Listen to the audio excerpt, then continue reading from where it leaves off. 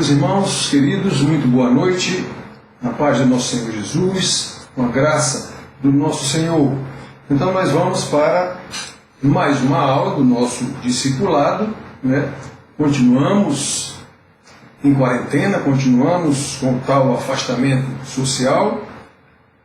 Provavelmente nesse final de semana agora, sábado, domingo, as nossas autoridades devem dar uma nova diretriz. Estamos esperando que abram algumas coisas, né, como tem acontecido no restante do país. Mas por enquanto estamos aguardando. Então vamos a uma aula número 30.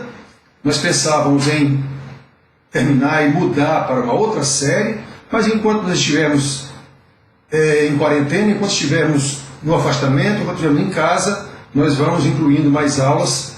Assunto é o que não falta. O discipulado é a vida inteira, não é? Então nós vamos agora para a lição 30. A última que nós tivemos foi aplicando o padrão de Deus, né, nas nossas vidas. Então nós vamos ver agora essa preparação para a aplicação desse padrão, que é o que nós chamamos de batalha espiritual, né? Batalha espiritual. Nossa lição 30 está preparação para a batalha, né? Vamos lembrar primeiro, sempre lembramos aquele slide do início, do chamado para o discipulado. Vinde a mim e eu vos farei pescadores de homens. Muito bacana. Mas as implicações disso não são nada bacanas para a nossa vontade, né?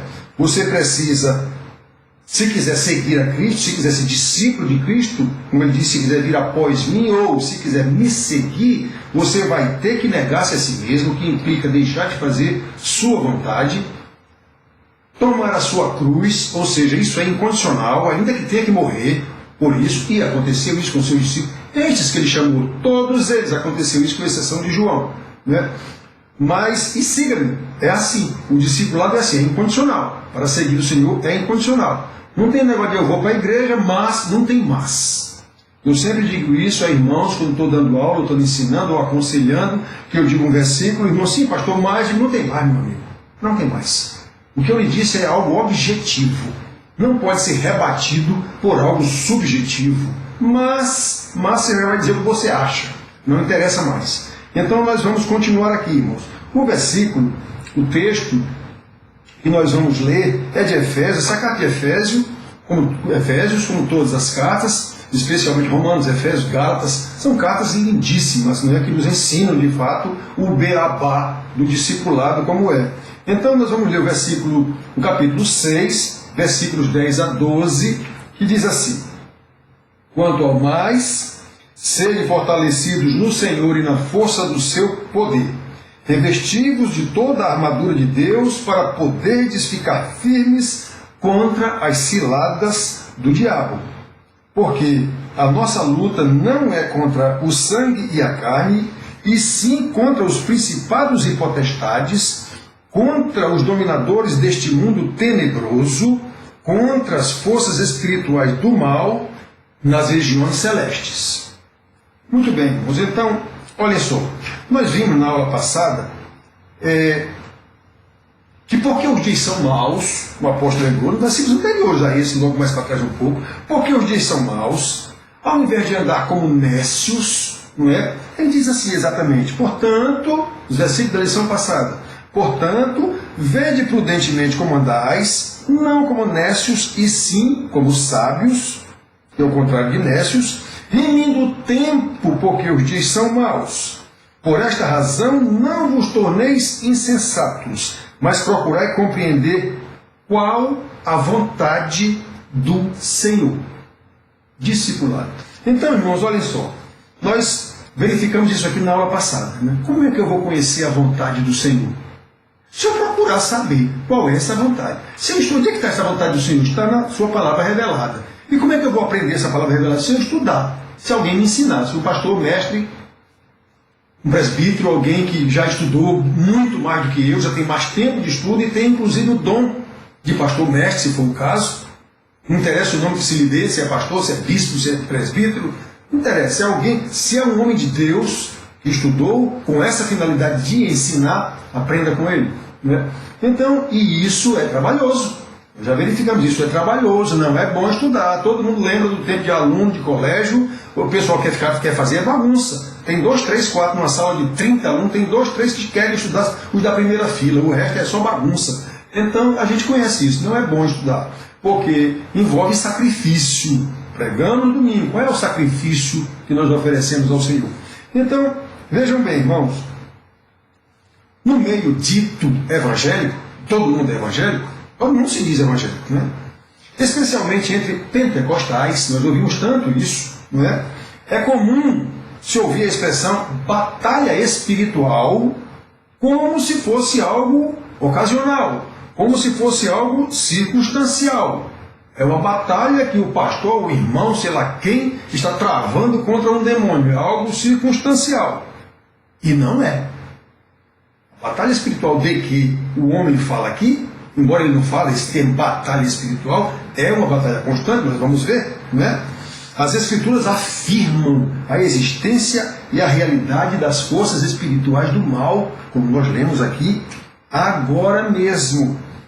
Porque a nossa luta não é contra o sangue e a carne, e sim contra os principados e potestades, contra os dominadores deste mundo tenebroso, contra as forças espirituais do mal nas regiões celestes. Obviamente, isso que o homem está falando aqui não é algo ocasional, não é algo só quando eu vou não sei para onde para expulsar um demônio, ou quando a igreja está cheia de demônios para os pastores expulsarem lá. Isso não existe, isso na verdade é loucura, isso é heresia.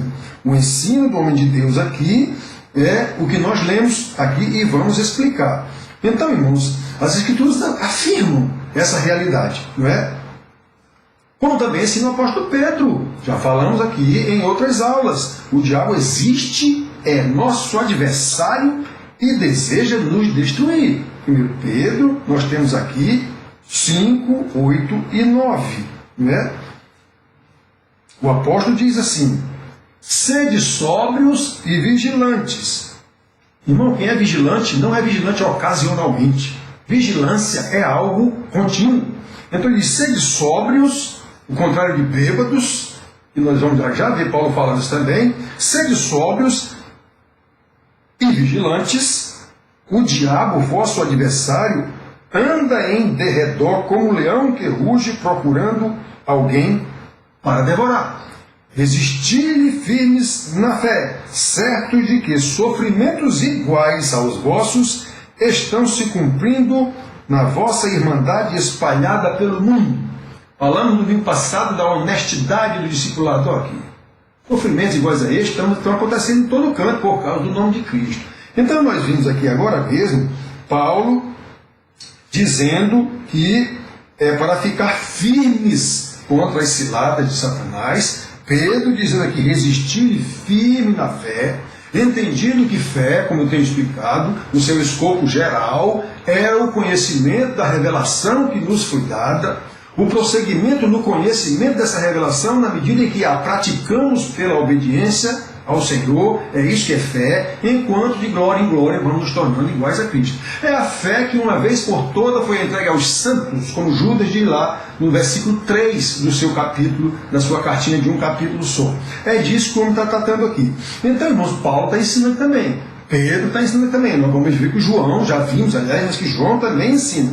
Então é por isso que o apóstolo Paulo, na sequência do texto da aula passada que nós lemos aqui, não é? Nós lemos aqui: portanto, vede prudentemente como andais, não como necios, sim como sábios, remindo o tempo, porque os dias são maus. Não percam tempo com tolice, eu vivo insistindo aqui. O tempo gasto em redes sociais é totalmente perdido.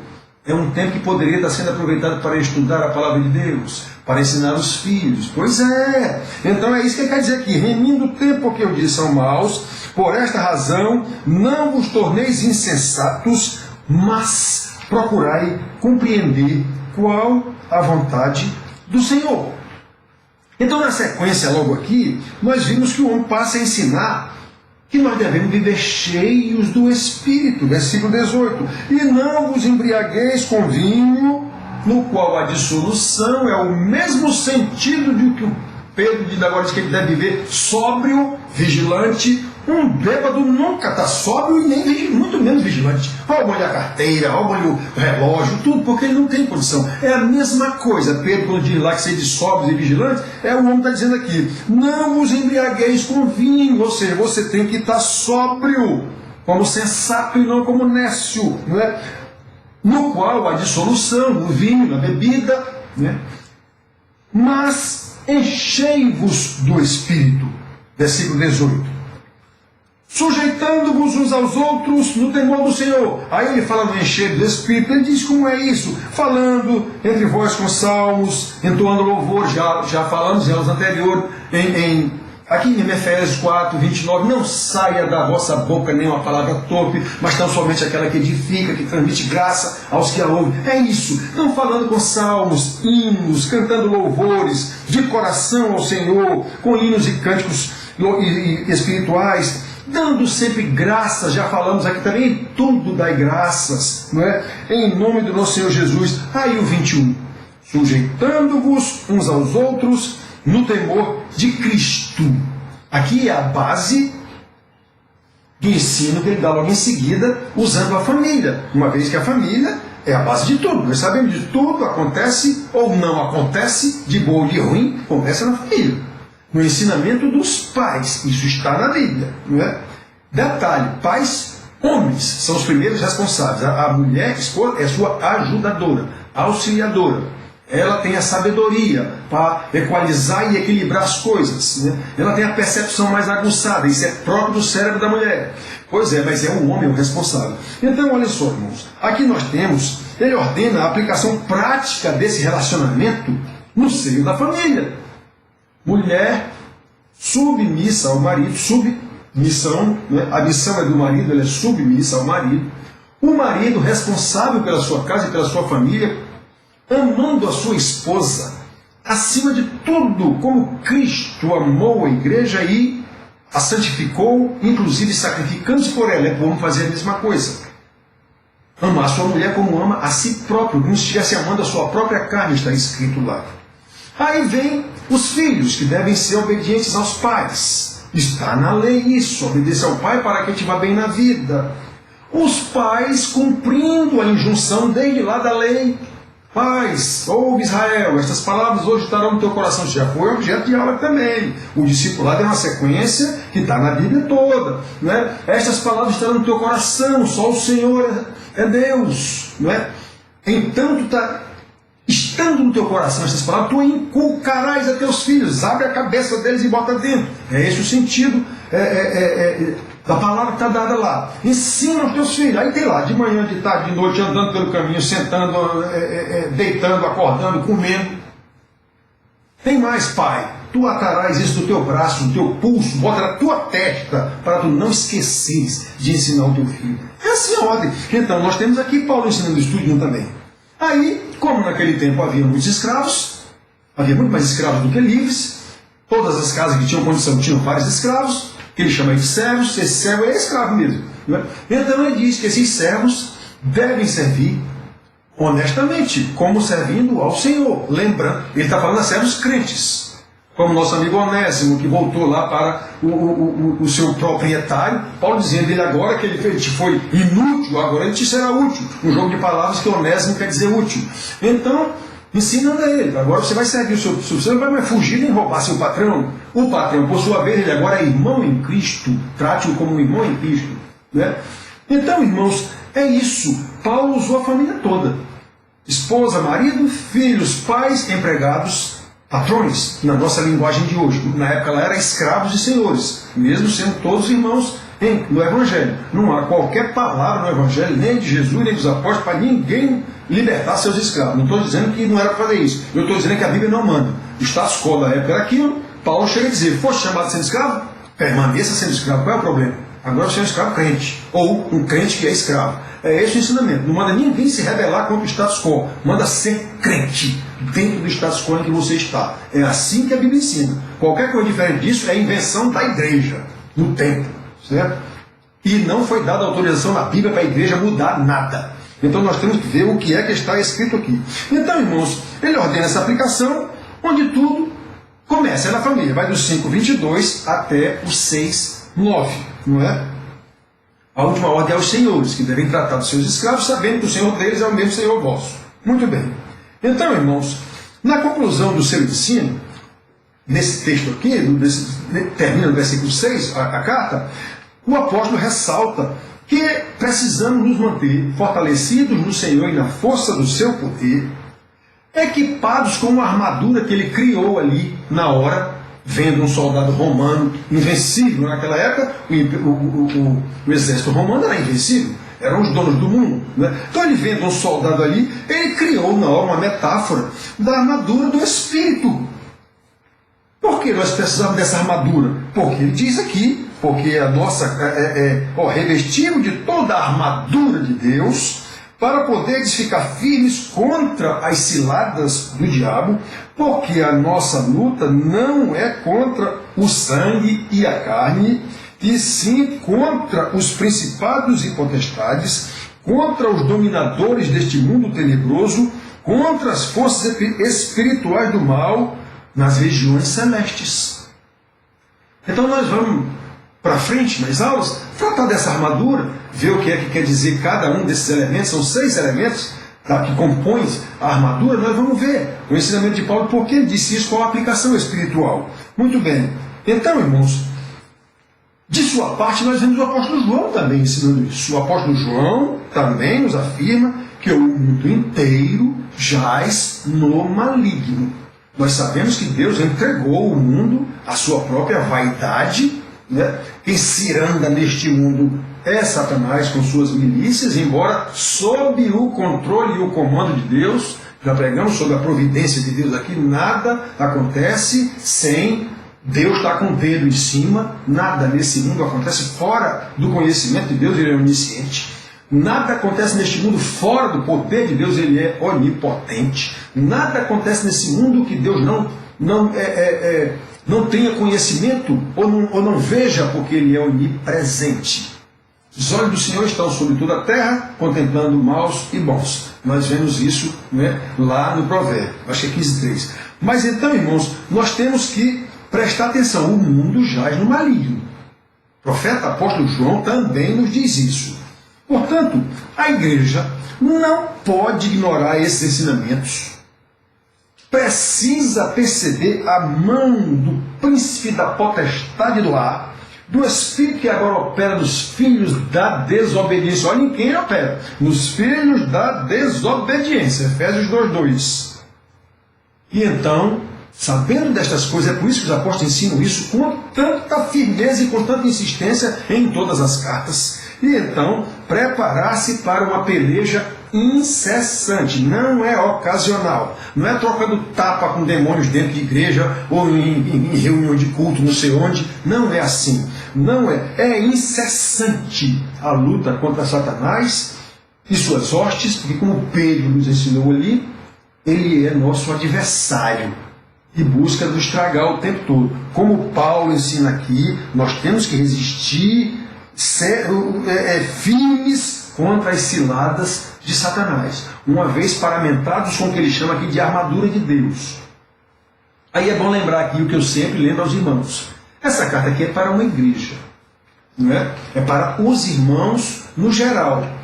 Mas observem que o homem diz para botar a armadura. Ele estava olhando um soldado, muito provavelmente estava acorrentado com um grilhão no calcanhar e a corrente no soldado para ele não fugir de jeito nenhum. Trocava o soldado de vez em quando, ele lá na cadeia dele.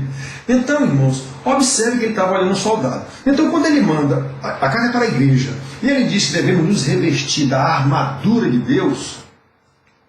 Você já viu ou já ouviu falar alguma vez de um exército inteiro usando uma armadura? Não. Cada soldado usa a sua armadura. Então, essa armadura é individual. O ensinamento é para a igreja. Quem é a igreja? Um conjunto de indivíduos que formam um corpo.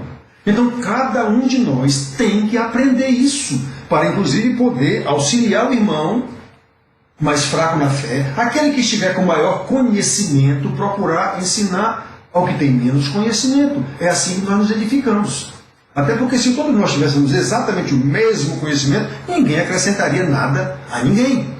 Por isso que nós somos diferentes. Então, observe que o homem, quando manda vestir a armadura de Deus, essa ordem é individual.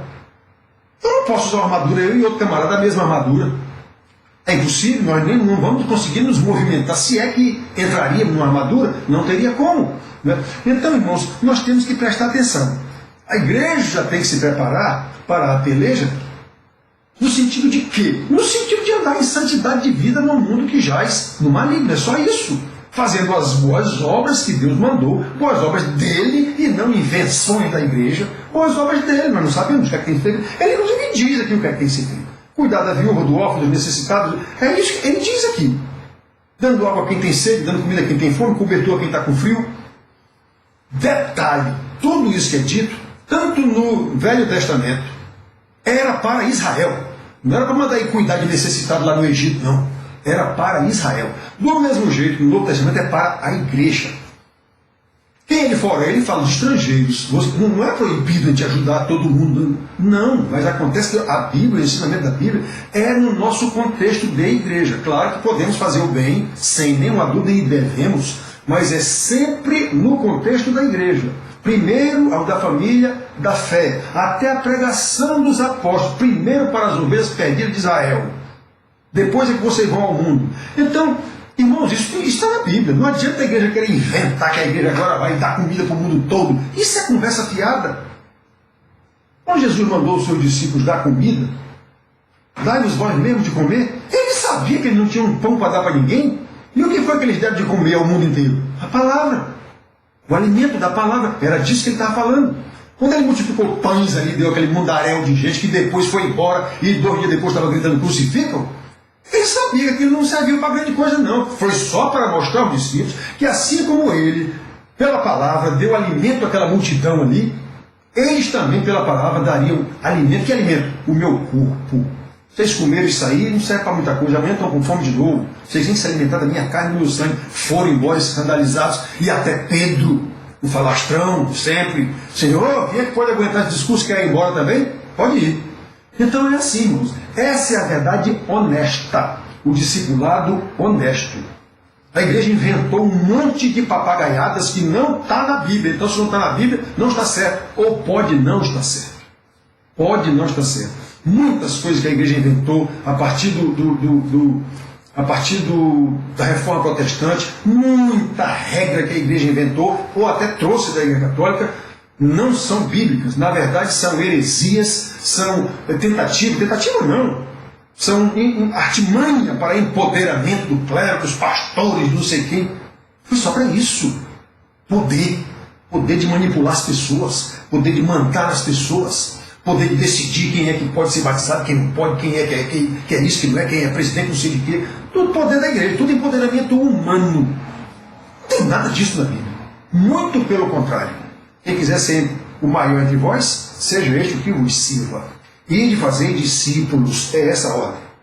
E de fazer discípulos. Não é ir de criar universidades para ensinar o povo a ler e escrever. As universidades estão aí para provar a beleza que elas são. Centro de prostituição e de, como é que se diz? Aqueles que dizem que não tem religião nenhuma.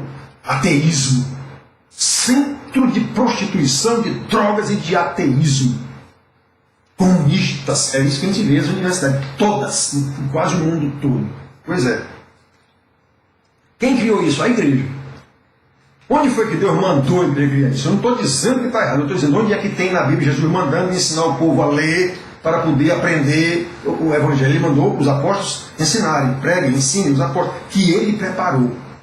Façam discípulos. E esses discípulos disseram: Paulo mandou Timóteo, faça discípulos aí para que ele faça discípulos, no sentido de que esse ensinamento vá crescendo. Do mesmo jeito que Deus disse, desde Abraão, Moisés foi dizendo para ensinarem a palavra. Então, preste atenção, irmãos, eu questiono muito essa história das universidades criadas por São Tomás de Aquino, que é o professor da Igreja Católica maior, e Calvino, que é o professor maior dos protestantes. Eu questiono muito isso.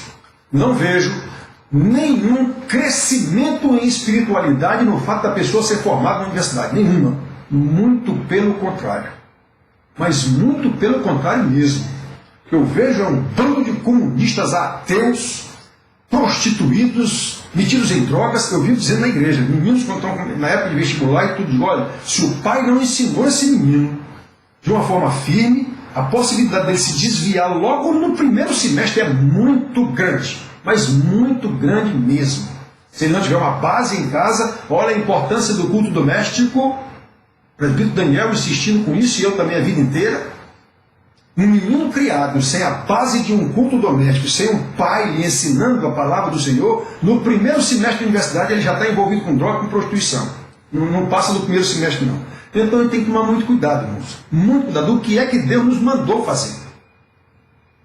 Quando nós ultrapassamos isso, estribados no nosso próprio entendimento, como ele diz que a gente não deve fazer isso, vai dar em erro. Mais na frente, não tem conversa, vai dar em erro. Então, irmãos, nós temos que nos preparar para uma peleja que é incessante. É incessante contra Satanás e contra as suas hostes.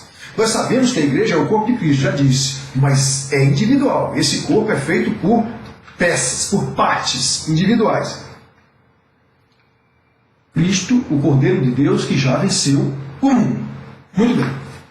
Porém, se sabemos que a vitória da igreja já está consumada, está no Apocalipse lá, no mesmo versículo, está consumada por causa do sangue do Cordeiro, no mesmo versículo está escrito também que é por causa da palavra do testemunho que deram aqueles lá que estão do rebanho do Senhor, e mesmo em face da morte, não amaram a própria vida. Apocalipse 12:11. Então, olhem só, irmãos. O homem dá aí duas causas, digamos assim, Apocalipse 12:11. O profeta de Deus ouvindo a revelação de Jesus. Eles, pois, eles quem? A grande multidão que estava lá diante do Senhor, né? A igreja. Eles, pois, o venceram por causa do sangue do Cordeiro e por causa da palavra do testemunho que deram, e mesmo em face da morte, não amaram a própria vida. Aqueles que foram martirizados, sacrificados, o que seja, o testemunho deles. A vitória já estava garantida pelo sangue do Cordeiro, sim, mas o homem de Deus diz aqui que foi também, a revelação de Deus, também pelo testemunho que eles deram, pela palavra do testemunho que eles deram. É por isso que nós temos que ser discipulados. É por isso que nós devemos saber o que dizer e o que fazer para comprovar o que dizemos.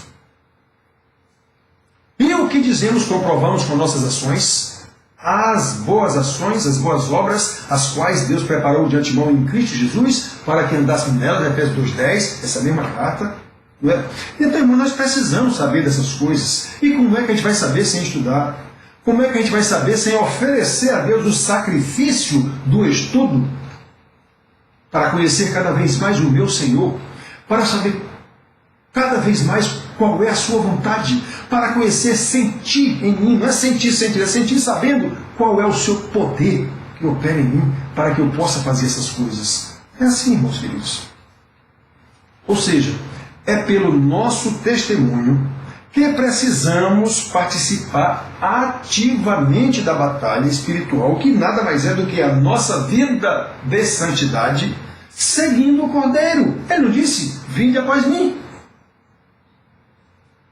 Porém, quem quiser vir após mim, a si mesmo se negue, é um sacrifício vivo, como Paulo explica lá em Romanos 12:2, é um sacrifício vivo, a si mesmo se negue, tome a sua cruz. A morte do Cordeiro e a ressurreição do Cordeiro garante que isso vai acontecer conosco também, para que ele seja o primogênito entre muitos irmãos. Romanos 8:29. Então nós temos que saber dessas coisas. E essa é a importância, a grande importância do discipulado.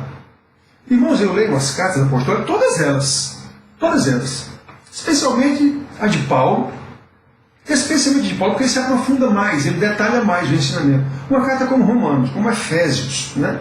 Como Gálatas. Irmãos, o ensinamento ali é de uma profundidade tal que não se ouve em igrejas. Você vê citação de versículos aqui e ali, uma pregação, eu insisto em dizer, para agradar, entreter aquelas pessoas que estão ali durante 30, 40, 50 minutos. Não sai dali muita coisa de ensinamento para ninguém. Se houver ali um crente que já conhece a palavra e estuda, ele até bebe alguma água da vida daquela pregação. Mas os que estão ali, que são domingueiros, que são ali apenas, não bebem nada, não sai nada dali. Pergunte lá na porta o que foi que o pregou. Não vão saber dizer. Eu tenho experiência disso na minha vida, eu sei o que eu estou dizendo. Então é por isso que é importante o discipulado. Como eu insisto em dizer também, quem não é crente não vai receber o discipulado, ainda que vá para as aulas do discipulado, ainda que assista às aulas, não vai ser discipulado. Por quê?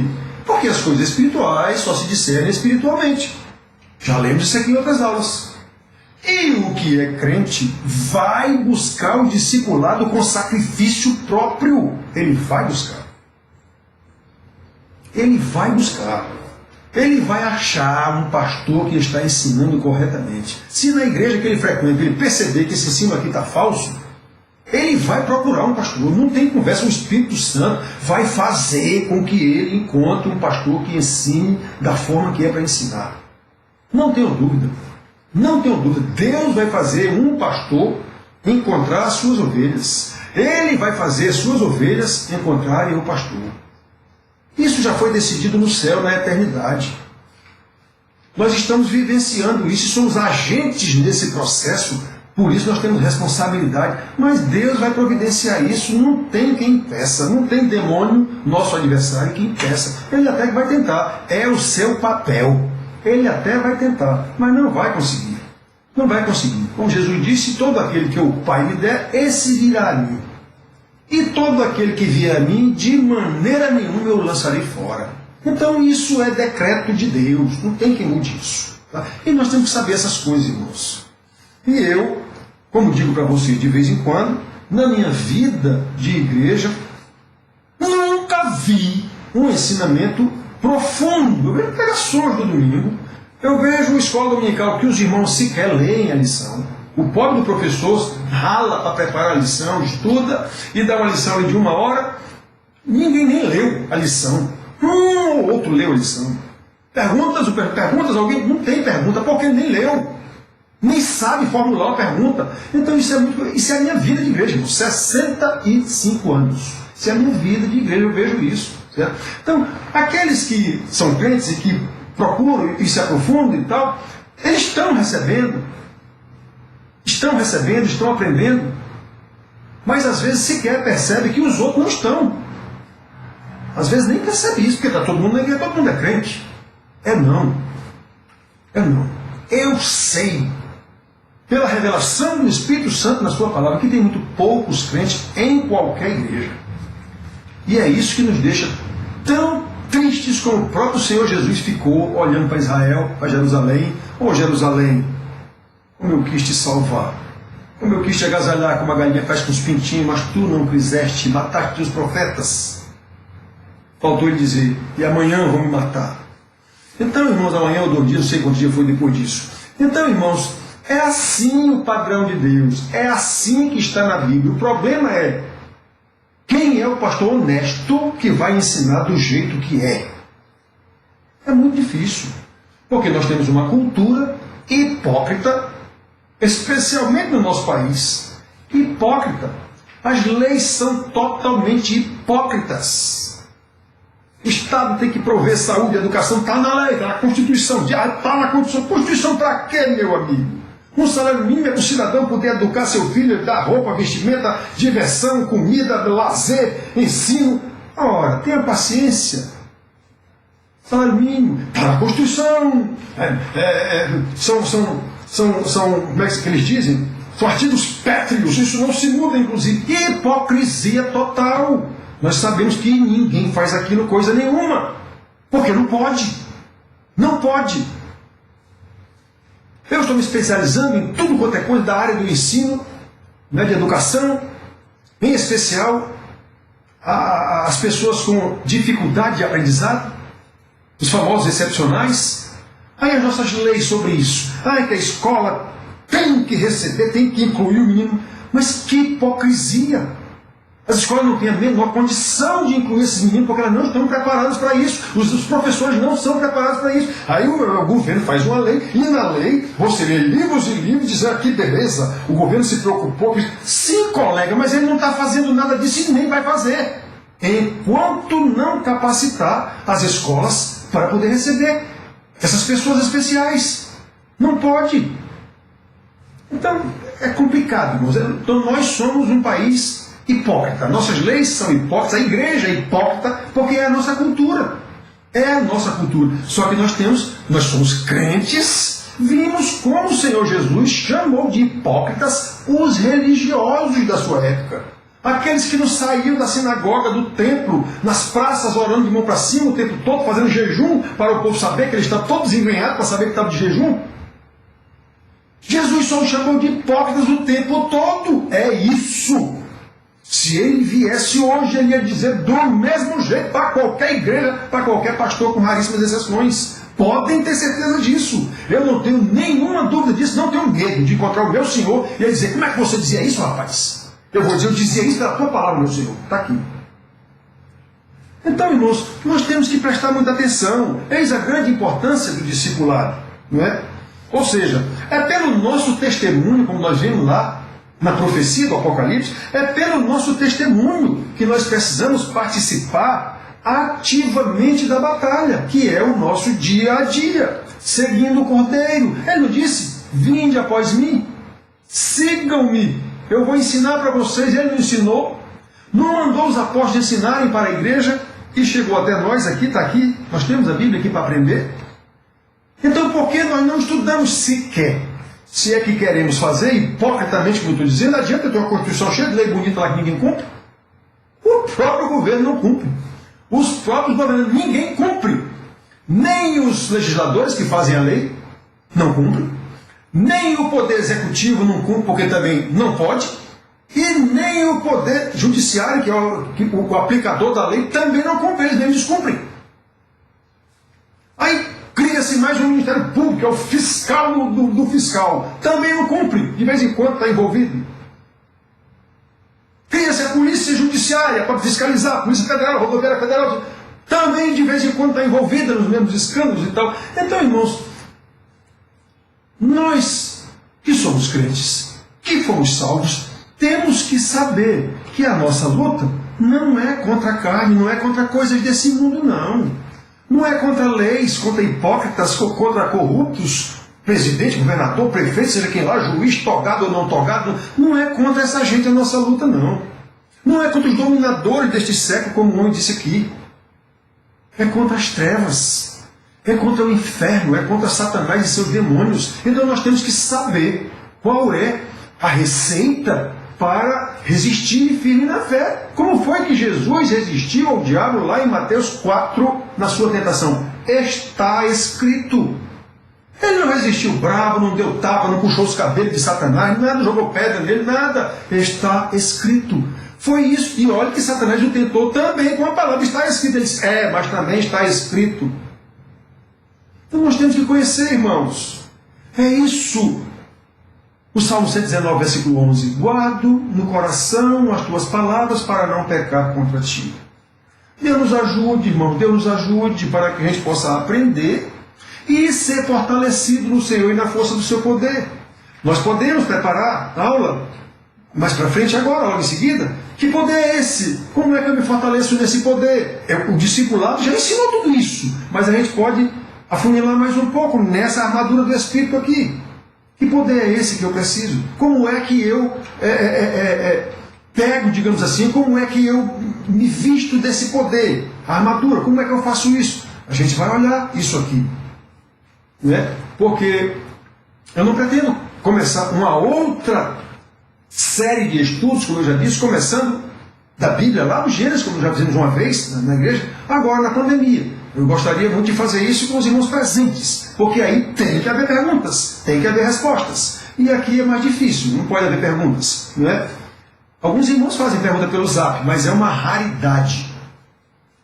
Um ou outro, uma vez perdida, faz uma pergunta pelo zap: pastor, tal coisa assim, assim, assim, que o presbítero disse na escola dominical, na lição do dia, eu não entendi direito.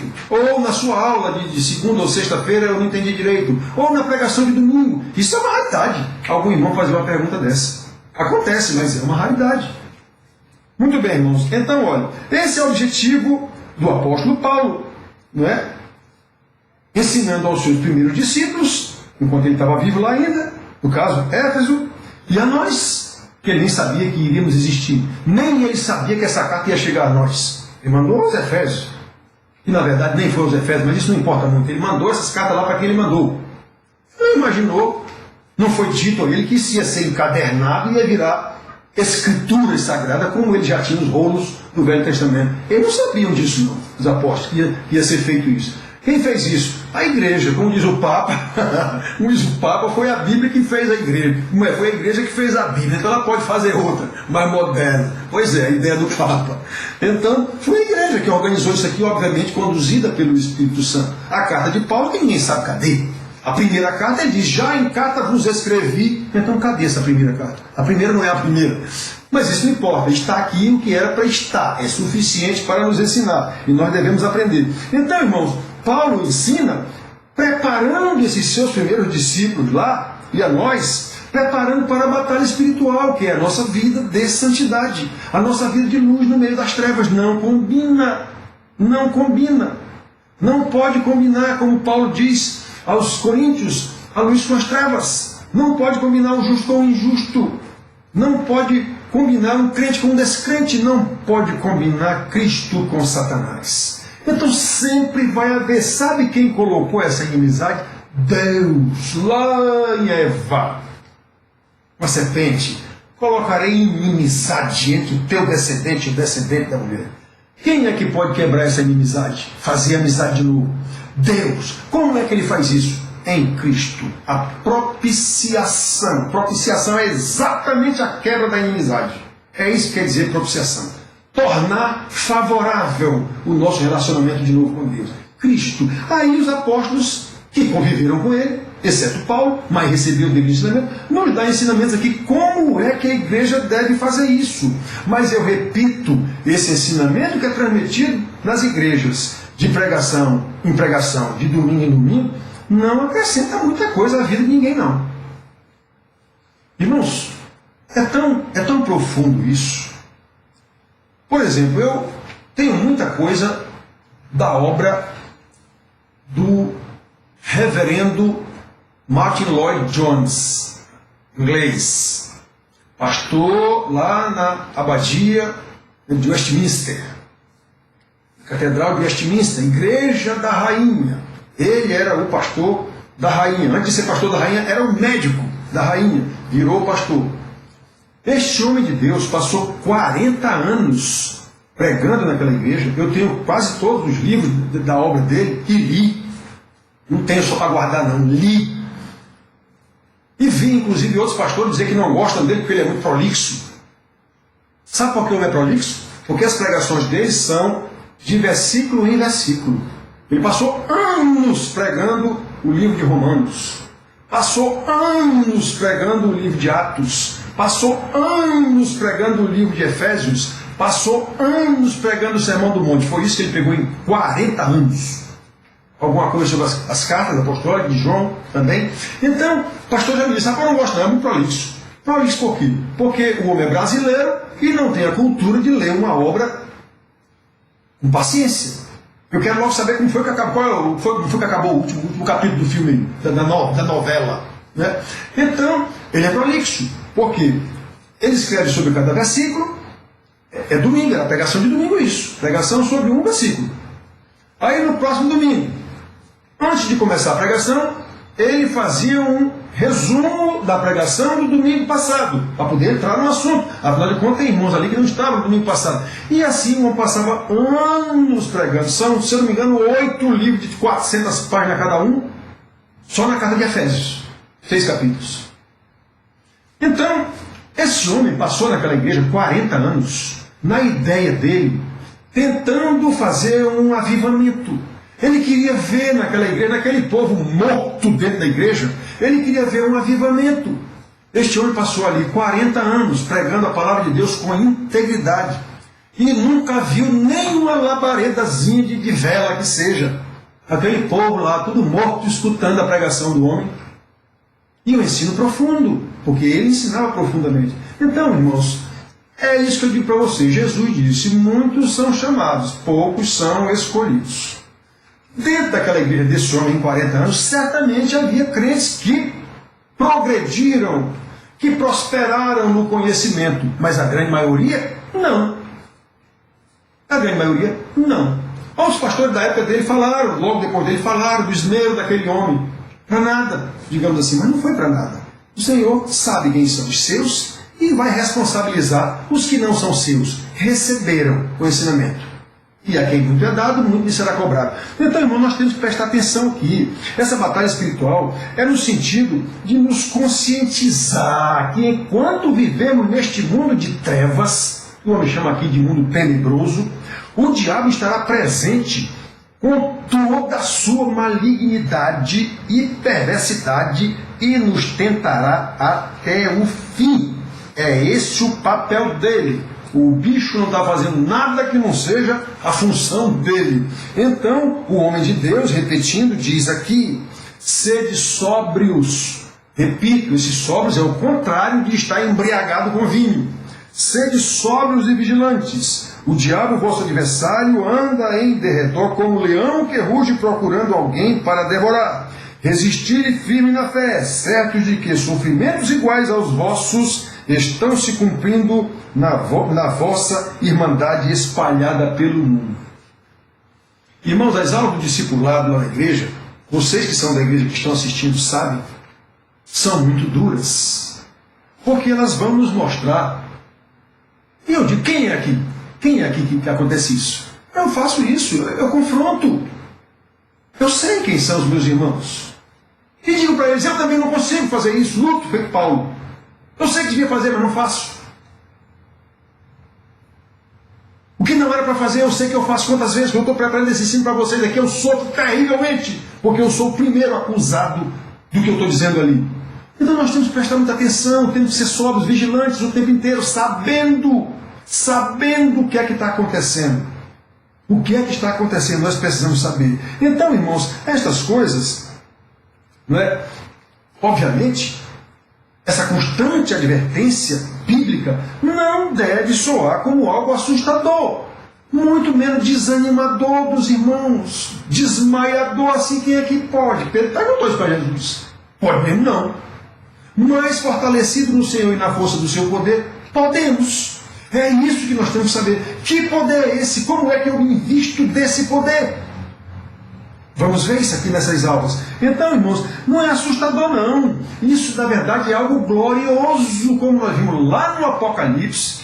É uma das causas da gente estar ali como vitorioso diante do Senhor, do Cordeiro de Deus, foi o seu sangue que nos comprou. É o testemunho da palavra que nós demos. Está escrito isso, tem que ser glorioso, irmãos. É glorioso, não é? Porque é nos dado o privilégio de seguir, não é um privilégio. Vinde a mim, eu vos farei pescador de homem. Que privilégio. Sim, colega. Mas olhe as consequências desse privilégio. Olhe o sacrifício que será exigido nesse privilégio, não é? Seguir as pegadas do nosso Senhor. Para onde nos levaram as pegadas do nosso Senhor, primeiramente? Para a cruz. Depois é que vem a ressurreição e a glória. E nós temos que seguir esse mesmo caminho, como o homem disse aqui. Certo que está se cumprindo isso, e ainda vai se cumprir mais. A pregação do domingo nós falamos isso. Não é? Então, irmãos, o Senhor venceu o mundo. Aí ouvimos do profeta apóstolo João, pois segundo ele é, somos também deste mundo. Preste atenção. Paulo, Pedro dizem que nós seremos, né, como ele, teremos a natureza dele. Mas ele está falando isso quando? Quando chegarmos na glória, no último dia, como Paulo fala muito. Né? João não, João diz aqui que nós já somos neste mundo. Nós já somos segundo ele é, aqui neste mundo. Então, irmãos, é isso que nós precisamos perseguir. Como diz Paulo, eu não sou perfeito e sei disso. Eu conheço os meus pecados, cada um deles. E sofro muito por isso. Mas eu prossigo para o alvo. Eu não sou perfeito, nem tenho como ser aqui nesse mundo. A minha perfeição é prosseguir para o alvo, prosseguir buscando a perfeição. A minha perfeição é seguir o meu mestre. Nem que eu tropece, ele mesmo me levanta. Então nós temos que seguir, irmãos. 1 João 4,17, João diz isso. Não é? Assim é que, fortalecidos no Senhor e na força do seu poder. Como nós lemos no primeiro versículo, Efésios 6,10. Devemos travar a batalha espiritual, certos da vitória em Cristo Jesus, nosso Senhor. Quanto mais sede fortalecidos no Senhor e na força do seu poder, revestidos de toda a armadura de Deus para poderdes ficar firmes contra as ciladas do diabo. Vamos ver sobre essa armadura. Porque a nossa luta, preste atenção, não é contra governo, contra PT, Bolsonaro, ou quem nem juiz corrupto. Isso faz parte, né? A nossa luta não é contra a carne nem sangue, ou seja, a nossa luta não é com coisa humana, e sim contra principados e potestades, contra os dominadores deste mundo tenebroso, contra as forças espirituais do mal nas regiões celestes. É por isso que temos que ter uma armadura que Paulo traduziu da armadura física do soldado romano para a armadura espiritual, uma metáfora muito bonita, nos mostrando como é que nós ficaremos invencíveis espiritualmente, como aquele soldado romano era invencível materialmente numa luta bélica. Né? É isso, irmão. Nós vamos mais para frente. Né? Esta foi a nossa lição número 30. A gente pode ou destrinchar mais essa lição falando da armadura, ou na mesma lição, ou para ficar depois na nossa apostila, que eu vou dar tudo isso para vocês, eu já posso fazer a lição 31, 32, alguma coisa assim, para ficar mais fácil da gente seguir, tendo já a mesma lição. Tá certo, meus queridos? Deus abençoe a todos, tenham uma boa noite, um beijão do velho pastor.